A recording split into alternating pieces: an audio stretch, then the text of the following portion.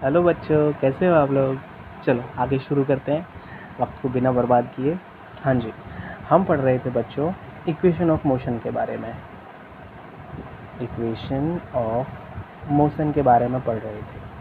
3 equation of motion थी। कौन कौन सी? v equal to u plus a t, v square minus u square equal to 2s, s equal to u t plus half v square. ठीक है, अब हम इनका प्रूफ पढ़ेंगे जो बहुत इंपॉर्टेंट है इस चैप्टर में, सबसे ज़्यादा इंपॉर्टेंट।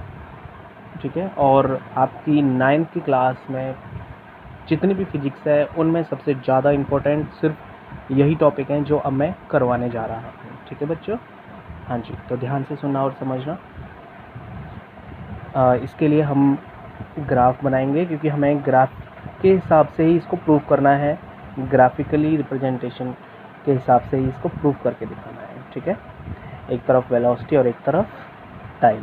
ओके, अच्छा, मान लो ये टाइम यहाँ ये टाइम सेकंड में है और वेलोसिटी मीटर पर सेकंड में है। ठीक है, स्टार्टिंग में ये इस पॉइंट पे टाइम भी 0 और इस पॉइंट पे वेलोसिटी भी 0। ओके, मान लेते हैं कि शुरू में उसकी इतनी वेलोसिटी थी, यानी जब हमने टाइम कैलकुलेशन शुरू की तो वेलोसिटी इतनी थी। ठीक है, उसके बाद जैसे जैसे टाइम बढ़ता जा रहा है वेलोसिटी बढ़ती चली गई, टाइम और बढ़ा, वेलोसिटी और बढ़ी, टाइम और बढ़ा, वेलोसिटी और बढ़ी। ठीक है, शुरू की इस वेलोसिटी को हमने u नाम दिया यानी इनिशियल वेलोसिटी, और लास्ट की इस वेलोसिटी को हमने v नाम दिया यानी कि फाइनल वेलोसिटी। ठीक है, तो इतने टाइम पे शुरू में इतनी, इतने टाइम पे इतनी, यानी इन दोनों को मिलाएंगे तो यहाँ पॉइंट कहीं मिलेगा, यहाँ पे मतलब ऐसे करके ये इतने टाइम पे वेलोसिटी और बढ़ गई, ये पॉइंट मिला, इतने टाइम पे वेलोसिटी और बढ़ गई, ये पॉइंट मिला, यानी कि हमारा ये इस तरह से ग्राफ बनेगा। ठीक है बच्चों, अच्छा, अब हम इनके नेमिंग कर लेते हैं बच्चों। इस पॉइंट पे वेलोसिटी तो u है, इस पॉइंट का नाम हम a रख लेते हैं। इस पॉइंट पे वेलोसिटी v है, इस पॉइंट का नाम हम b रख लेते हैं। अब ये पॉइंट टाइम एक्सिस को कहाँ पे काट रहा है बच्चों? यहाँ पे काट रहा है, यहाँ पे हम इसका नाम c रख लेते हैं और इसको मिला देते हैं, ये मिला दिया। ओके, अब इसको भी हम डॉट डॉट करके ऐसे करके मिला देते हैं बच्चों, और इस पॉइंट का नाम हमने d रख लिया। ठीक है, अब यहाँ पे टाइम 0 है, c पॉइंट पे टाइम की कोई ना कोई वैल्यू होगी और इस वैल्यू को हम t बोल देते हैं। c पॉइंट पे टाइम की वैल्यू t है, a पॉइंट पे वेलोसिटी की वैल्यू u है और b पॉइंट पे वेलोसिटी की वैल्यू v है। ठीक है, ये आ गया। अब हम बात करते हैं बच्चों एक्सेलरेशन की। हमें पता है एक्सेलरेशन का फॉर्मूला होता है, एक्सेलरेशन का फॉर्मूला होता है change in velocity upon time. ठीक, अब चेंज इन वेलोसिटी देखो, यहाँ पे वेलोसिटी जो चेंज हो रही है वो क्या है, ध्यान से सुनना बच्चों। हाँ जी, अब चेंज इन वेलोसिटी का मतलब होता है v माइनस यू अपॉन में t। ओके, v का मतलब क्या है, ये एक्सेलरेशन चल रहा है, चेंज इन वेलोसिटी यानी कि final velocity minus initial velocity upon में टाइम, ये वाला टाइम। अब फाइनल वेलोसिटी v की वैल्यू कितनी है बच्चों? v की वैल्यू, खैर इतना भी कुछ नहीं करना है, बहुत ही सिंपल, हमें first equation of motion prove करनी है, तो इससे आगे आप कुछ भी मत करो, कुछ भी नहीं करना है, सिंपल इसको इधर मल्टीप्लाई कर दो तो क्या आ जाएगा, AT बराबर v माइनस यू। ठीक है, ओह सॉरी, तो v की वैल्यू निकालेंगे तो u को इधर भेजेंगे, यानी v बराबर u माइनस का इधर आके प्लस का हो जाएगा, u प्लस AT। बस यही तो हमारी इक्वेशन ऑफ मोशन थी पहली, इसको इधर लिख दें और इन दोनों को उधर लिख दें, तो कैसे लिखेंगे, v equal to u plus AT। ये फर्स्ट इक्वेशन ऑफ मोशन है, बहुत इंपॉर्टेंट है। ठीक है बच्चों, चलो अब आगे बढ़ते हैं सेकंड इक्वेशन ऑफ मोशन पे।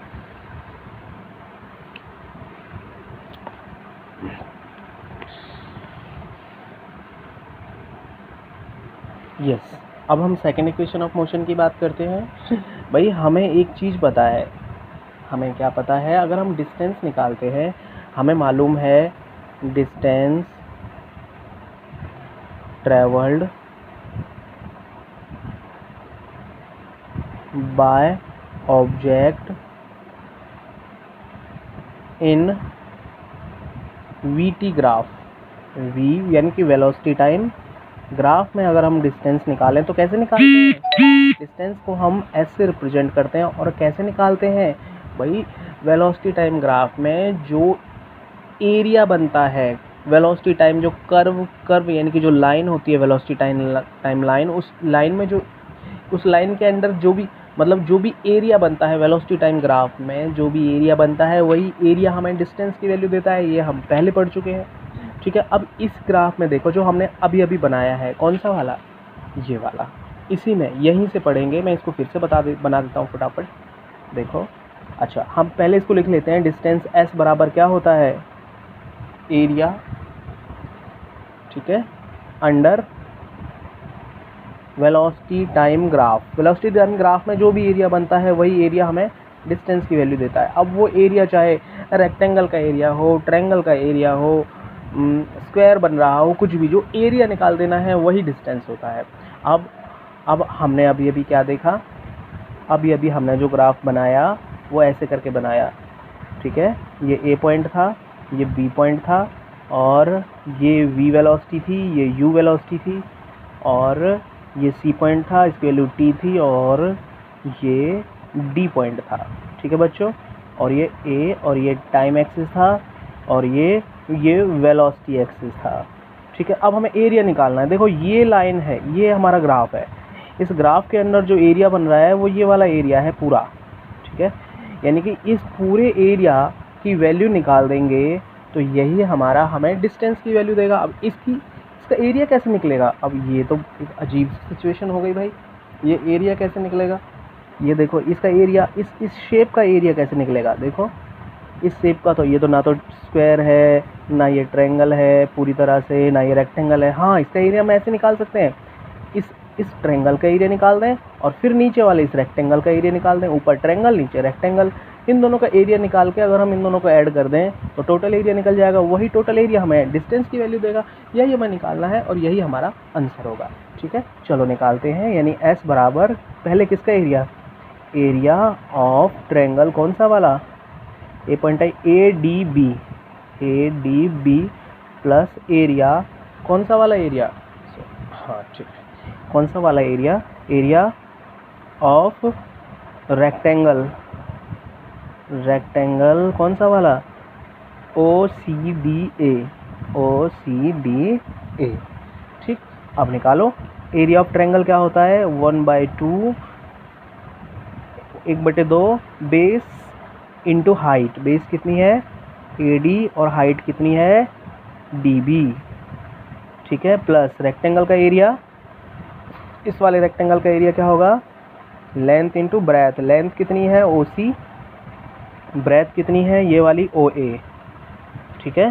तो बस ये S डिस्टेंस S से रिप्रेजेंट करते हैं, हाफ AD की वैल्यू किधर है, AD देखो, AD जितना AD उतना OC, तो AD की जगह क्या लिख सकते हैं हम, OC। अच्छा, DB की जगह क्या लिख सकते हैं हम, इस पॉइंट को हमने E नाम दिया था, E, ठीक है। अब DB को हम क्या लिख सकते हैं, AE लिख सकते हैं। क्या लिख सकते हैं, देखो जितना बड़ा DB है उतना बड़ा AE है, प्लस OC की जगह क्या लिख सकते हैं, E। OA की जगह क्या लिख सकते हैं, OA किसके बराबर है, यहाँ से यहाँ तक वैल्यू क्या है, U, ठीक। हाफ OC की वैल्यू कितनी है, U। AE की वैल्यू कितनी है, AE, ये कितनी वैल्यू है, ये थोड़ा सा कॉम्प्लिकेटेड है। देखो AE की वैल्यू कितनी है, यहाँ से यहाँ तक भाई, यहाँ से यहाँ तक है V, यहाँ से यहाँ तक है U, तो यहाँ से यहाँ तक कितना होगा, यहाँ से यहाँ तक कितना होगा, V माइनस U। क्या होगा AE की वैल्यू, देखो यहाँ से यहाँ तक V, यहाँ से यहाँ तक U, तो यहाँ से यहाँ तक V माइनस क्या होगा, u, ठीक है, प्लस इधर क्या चल रहा है, t इंटू यू। ठीक, ये वाला हमने ऐसे ही नोट कर दिया। अच्छा,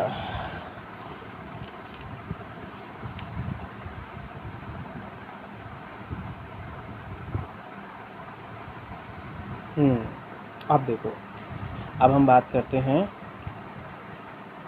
हाफ, कुछ गड़बड़, AD की जगह हमने क्या कुछ किया है, AD की जगह OC, ओहो यहाँ पे देखो OC की वैल्यू तो T है ना बच्चों, OC की वैल्यू तो T है, सॉरी OC यहाँ से यहाँ तक इसकी वैल्यू तो T है, तो T, ठीक है, अब ठीक है। अब ये आ गया। अब देखो, हमने एक चीज़ पढ़ रखी है, क्या पढ़ रखी है, हमने एक्सेलरेशन का फॉर्मूला पढ़ रखा है।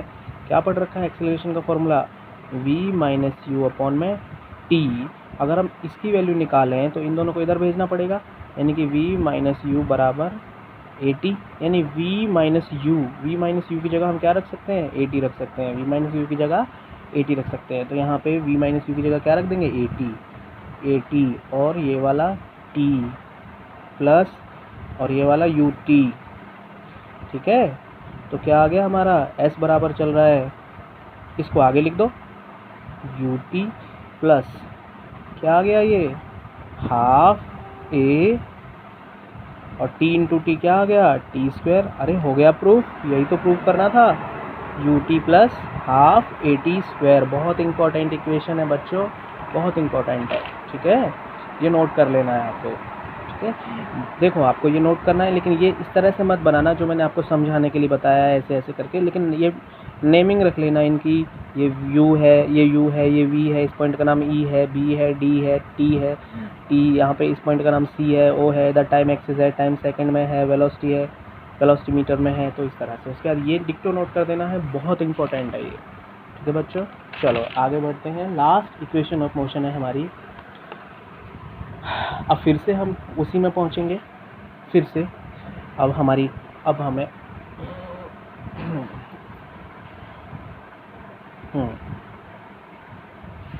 फिर से हमारी वही इक्वेशन ऑफ मोशन, इसके लिए हमें फिर से वही ग्राफ बनाना है, ठीक है। ग्राफ हमारा ऐसे करके था, इधर टाइम एक्सिस था और इधर वेलोसिटी एक्सिस था और इधर v था और इधर u था, ये वेलोसिटी है इधर, ठीक है, और इधर टाइम है सेकंड में, और इधर ये पॉइंट था C, ये पॉइंट था D, ये पॉइंट था B, ये पॉइंट था E, ठीक है। अच्छा देखो, इस तरह की जो शेप होती है ना बच्चों, ये वाली शेप, इसमें दो पैरेलल साइड होती हैं और एक साइड परपेंडिकुलर होती है और एक साइड ऐसे करके तिरछी साइड होती है, स्लोप टाइप में। इसको इस स्पेशल जो इस तरह का जो शेप है, इसको ट्रेपीजियम बोलते हैं। क्या बोलते हैं, ट्रेपीजियम। इसको जैसे ट्रायंगल, स्क्वायर, रेक्टेंगल, ऐसे ही इस तरह की कोई शेप जिसमें दो साइड पैरेलल हो, एक साइड परपेंडिकुलर हो और एक साइड तिरछी हो, तो उसको ट्रेपीजियम बोलते हैं। तो यहाँ पे ये पूरा ट्रेपीजियम है। क्या है, ट्रेपीजियम। अगर हम डायरेक्ट डिस्टेंस निकालना चाहें, डिस्टेंस कवर्ड बाय ऑब्जेक्ट, ठीक है, अगर हम निकालना चाहें ये 0, ये t, इन टाइम t का मतलब यहाँ से लेके यहाँ तक ये t टाइम है, यहाँ से यहाँ तक हमें डिस्टेंस निकालना है। तो डिस्टेंस निकालने का तो वही फॉर्मूला है भाई, इस कर्व के अंदर जितना भी एरिया बन रहा है उस एरिया की वैल्यू निकाल दो, वही डिस्टेंस है। तो यहाँ पे हम डायरेक्ट ट्रेपीजियम का फॉर्मूला भी लगा सकते हैं। एक तो तरीका हमने अभी पिछले पेज पे जो पढ़ा था, ट्रायंगल और रेक्टेंगल का एरिया निकाल के जोड़ दिया था, यहाँ पे हम डायरेक्ट ट्रेपीजियम का फॉर्मूला लगा के भी डिस्टेंस निकाल सकते हैं। देखते हैं कैसे, बराबर S यानी डिस्टेंस ट्रेवल्ड बराबर एरिया ऑफ ट्रेपीजियम। कौन सा वाला ट्रेपीजियम है, ये पूरा, इस पॉइंट का नाम था बच्चों A। कौन सा वाला ट्रेपीजियम, AOCBA, ये पूरा बन जाएगा, ये वाला, ये ठीक है, ये ठीक है। ट्रेपीजियम कौन सा, AOCBA, पूरा ट्रेपीजियम। डायरेक्ट फार्मूला लगा दो, इसका डायरेक्ट फार्मूला होता है 1/2 sum of two parallel sides two parallel sides into, मतलब 1/2 sum of two parallel sides into perpendicular distance. ये परपेंडिकुलर डिस्टेंस है, इन दोनों साइड के बीच में परपेंडिकुलर वाला डिस्टेंस है, ये वाला कह दो, ये वाला, इन दोनों साइड के बीच में जो परपेंडिकुलर सीधा सीधा वाला डिस्टेंस है, perpendicular distance into perpendicular distance, PD लिख दिया मैंने उसको शॉर्ट में, ठीक है। ये लो, अच्छा 1/2 sum of two parallel sides, यानी कि क्या, OA plus CB, OA plus CB, और परपेंडिकुलर डिस्टेंस कितना है, ये वाला सम ऑफ टू पैरेलल साइड्स, यानी इन दोनों साइड का सम, और इनके बीच में जो परपेंडिकुलर डिस्टेंस कौन सा है, OC। ये फॉर्मूला है, ठीक है। अब 1/2, OA की वैल्यू कितनी है बच्चों, OA की वैल्यू कितनी है, OA की वैल्यू U प्लस CB की वैल्यू, जितने CB है उतना ही, देखो जितना CB उतना OE, जितना CB उतना OE, और OC की वैल्यू कितनी है बच्चों, यहाँ से यहाँ तक कितनी वैल्यू है, T, 1/2 U प्लस OE की वैल्यू कितनी है, OE, यहाँ से यहाँ तक कितनी वैल्यू है, V, OE की वैल्यू कितनी है, V इंटू T। ये आ गया, ये डिस्टेंस निकल रहा है हमारा, ठीक है। अच्छा चलो अब आगे बढ़ते हैं थोड़ा सा। अब हमें एक और चीज़, फिर से यहाँ पे वही फार्मूला लगाएंगे, ठीक है। अब कौन सा फार्मूला लगाएंगे बच्चों, हमें फिर से, हाँ हमें पता है एक्सीलरेशन का फार्मूला वही वाला, v माइनस यू अपॉन में t, ये फार्मूला होता है। अगर हम यहाँ से t की वैल्यू निकालें, यानी t को इधर ले जाओ और a को इधर ले आओ, तो क्या हो जाएगा, t बराबर v माइनस यू अपॉन में a। ये वैल्यू किसकी निकल गई, t की। अगर ये t की वैल्यू अगर हम यहाँ पुट करना चाहें यहाँ पर, तो क्या बनेगा हमारा s बराबर 1/2 u plus v into t की वैल्यू पुट कर दो, v माइनस यू अपॉन में a, ठीक है बच्चों। तो ये क्या आ गया, s बराबर, देखो ये 2 और a नीचे हैं, मल्टीप्लाई हो जाएंगे 2a, और इधर u प्लस वी और v माइनस यू, ठीक है। तो s बराबर, ओहो ये ठीक, तो ये आ जाएगा 1/2a, इसको u प्लस वी लिख दो या v प्लस यू लिख दो, बात तो एक ही है, v प्लस यू और v माइनस यू। देखो v plus you v minus you, ये तो फॉर्मूला बन गया। फॉर्मूला होता है v plus you v minus you, किसका फॉर्मूला होता है, v square minus u square का, ठीक है। ये एक जनरल फार्मूला है। अब 2a इधर है, 2a का मल्टीप्लाई इधर कर दो, इक्वल टू उधर जाएगा तो ये मल्टीप्लाई में हो जाएगा, यानी 2as बराबर v square minus u square, ठीक है। बस यही तो है हमारी third equation of motion, v square minus, इसको इधर लिख दो, इसको इधर लिख दो, v square minus u square equal to 2as। ये हो गई हमारी थर्ड इक्वेशन ऑफ मोशन। ये बहुत इंपॉर्टेंट टॉपिक है बच्चों, ठीक है। अब हम एक छोटा सा टॉपिक और पढ़ेंगे। अब हम पढ़ेंगे बच्चों यूनिफॉर्म सर्कुलर मोशन के बारे में। अब हम पढ़ेंगे यूनिफॉर्म सर्कुलर मोशन, ठीक है। सर्कुलर मोशन मतलब कोई सर्कल में घूमता है, हमने कोई रस्सी है उसको डोरी से बांध दिया और उसको ऐसे गोल गोल घुमा रहे हैं, ऐसे करके ऐसे करके ऐसे करके, तो ये सर्कुलर मोशन हो जाएगा, ठीक है। अगर कोई ऑब्जेक्ट फिक्स कांस्टेंट स्पीड से 50 की स्पीड से ही घूमे जा रहा है, 50 की स्पीड से घूमे जा रहा है, अगर इसकी रेडियस r है तो स्पीड कैसे, स्पीड का फॉर्मूला क्या होगा भाई, स्पीड का मतलब ये चक्कर, एक चक्कर में कितना डिस्टेंस ट्रैवल करेगा, यहाँ से यहाँ तक कितना डिस्टेंस बनेगा, जितनी इसकी सरकमफ्रेंस होगा। सरकमफ्रेंस का फॉर्मूला क्या होता है, 2πr, यानी कि यहाँ से ये वापस यहीं आएगा तो 2πr डिस्टेंस ट्रैवल कर लेगा। कितने टाइम में, t टाइम में। ये हो गया डिस्टेंस, ये हो गया टाइम। तो स्पीड का फॉर्मूला क्या होता है, डिस्टेंस अपॉन में टाइम। अब डिस्टेंस कितना ट्रैवल करेगा एक चक्कर लगाने में, 2π, डिस्टेंस कितना ट्रैवल करेगा, 2πr, ठीक है। कितने टाइम में, t टाइम में, यानी कि स्पीड का फॉर्मूला हो गया 2πr इंटू अपॉन में t। ये यूनिफॉर्म सर्कुलर स्पीड का फॉर्मूला है, ये सर्कुलर स्पीड, क्योंकि सर्कल में ही तो इतना डिस्टेंस ट्रैवल करेगा, तो सर्कुलर स्पीड का ये फॉर्मूला है, ठीक है। अब अगर ये उतने ही टाइम में, मतलब अगर इसकी स्पीड फिक्स है तो वो यूनिफॉर्म हो गई, यानी कि यूनिफॉर्म यानी कि फिक्स, सर्कुलर यानी सर्कल के क्रॉस मोशन कर रहा है।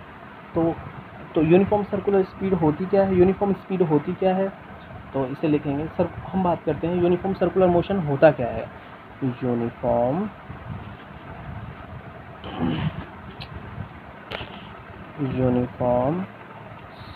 सर्कुलर मोशन होता क्या है?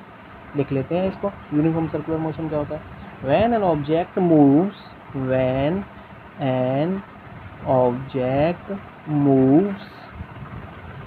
in a circular path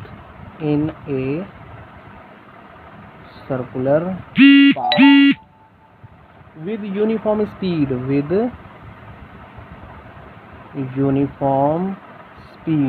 ठीक है, then its motion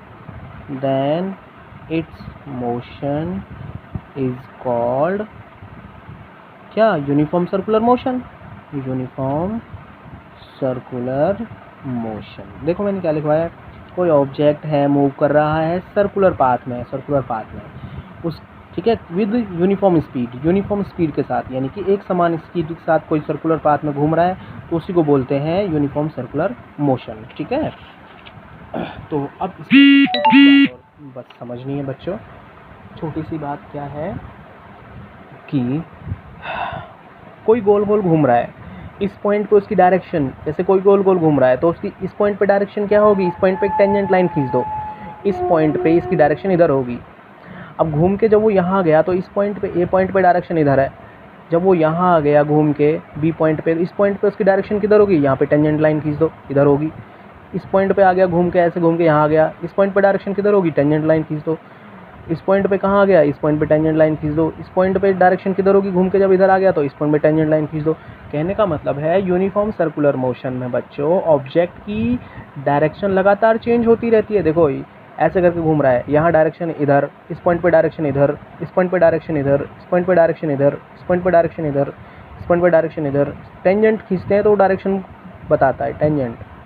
ठीक है, तो कहने का मतलब है, बहुत इंपॉर्टेंट लाइन हमें लिखनी है यूनिफॉर्म सर्कुलर मोशन में। Direction of motion in uniform circular motion, in uniform circular motion, direction of motion changed at every point. ठीक है बच्चों, तो इतना काफ़ी है बच्चों, चैप्टर ख़त्म हो गया है। Thank you very much.